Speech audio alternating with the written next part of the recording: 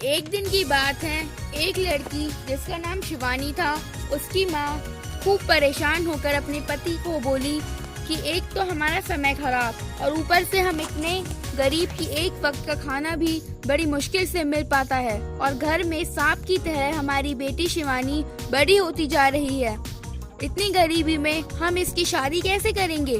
तभी शिवानी का बाप भी पत्नी की बात सुनकर गहरी सोच में पड़ गया और फिर एक दिन दोनों पति पत्नी ने अपने दिल पर पत्थर रखकर एक फैसला किया कि कल बेटी को जंगल ले जाकर उसे मार कर गाड़ देंगे। लेकिन उनकी इकलौती बेटी को इसके बारे में कुछ भी नहीं पता था। उनकी बेटी शिवानी अपने माता पिता से बहुत प्यार करती थी और घर का सारा काम भी वही करती थी और आज तक उसने अपने माता पिता से कुछ भी नहीं मांगा था, क्योंकि वो अपने घर की सभी परेशानियों को समझती थी। अब अगले दिन सूरज निकलते ही माँ ने अपनी बेटी शिवानी को सुबह जल्दी उठा दिया और फिर उससे लाड प्यार भी करने लगी और उसे खुद अपने हाथों से खाना बनाकर भी खिलाया। और शिवानी की माँ ने जीवन में पहली बार उसे अपने गले से भी लगाया।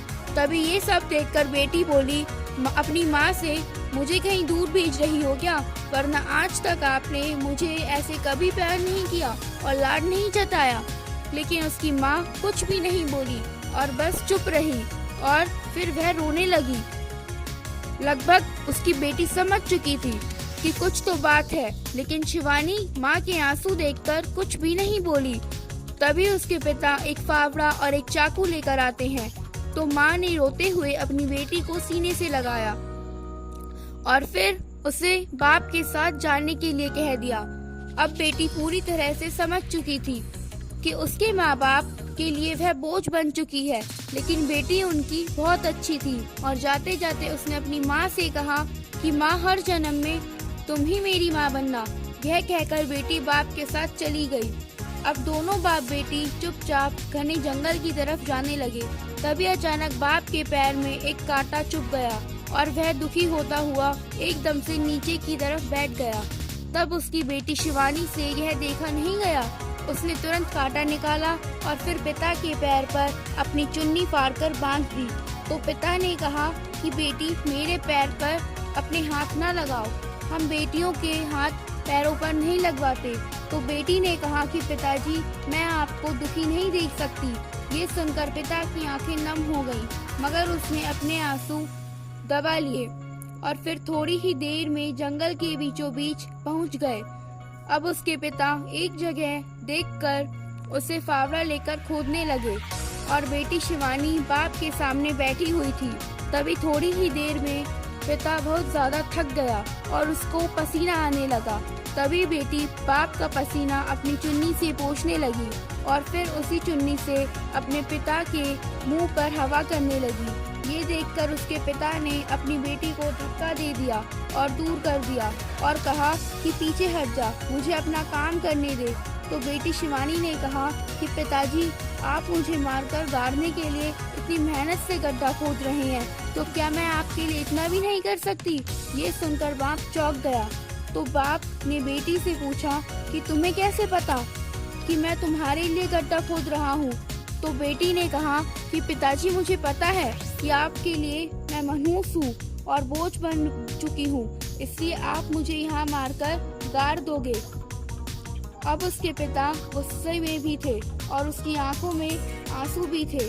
तब उसने अपनी बेटी शिवानी को सच बता दिया कि हाँ, है तू मनहूस हमारे लिए। काश तेरी जगह हमारा बेटा हो जाता तो सब ठीक ही होता। यह कहकर बाप जोर जोर से फावड़ा चलाने लगा और रोने लगा। तभी अचानक फावड़ा उसके पिता के पैर में बहुत ही जोर से लग गया और उनकी 2 उंगली कट गई। ये देखकर बेटी शिवानी रोने लगी, लेकिन बाप तो गुस्से में था।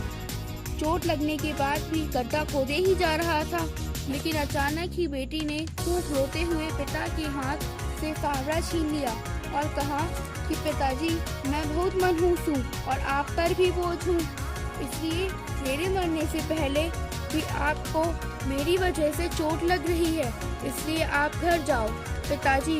और आप चिंता मत करना पिताजी, मैं खुद ही गड्ढा खोदकर इसमें लेटकर मर जाऊंगी, लेकिन घर नहीं आऊंगी।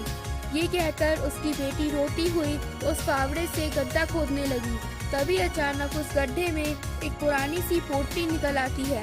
तो जैसे ही उसकी बेटी शिवानी ने जल्दी उस पोटली को खोलकर देखा तो वे हैरान हो गई, क्योंकि उस पोटली में सोने की बहुत पुराने सिक्के थे। उन्हें देखकर उसकी बेटी ने जल्दी से अपने पिताजी को बुलाया। उसके पिताजी इतने सोने के सिक्के देखकर हैरान हो गए, लेकिन फिर वो रोने भी लगी और बेटी से कहने लगे कि बेटी मुझे माफ कर दे, तू हमारे लिए मनहूस नहीं बल्कि शुभ है, वरना आज इस गड्ढे में से सोने के सिक्के नहीं निकलते। अब घर चल बेटी। तो बेटी मुस्कुराने लगी और पिता से कहने लगी कि पिताजी, अब जब आपको सोने के सिक्के मिल गए तो आप मुझे घर लेकर जा रहे हैं। फिर जब ये सिक्के खत्म हो जाएंगे तब फिर से आप मुझे यहीं गाड़ने लेकर आओगे।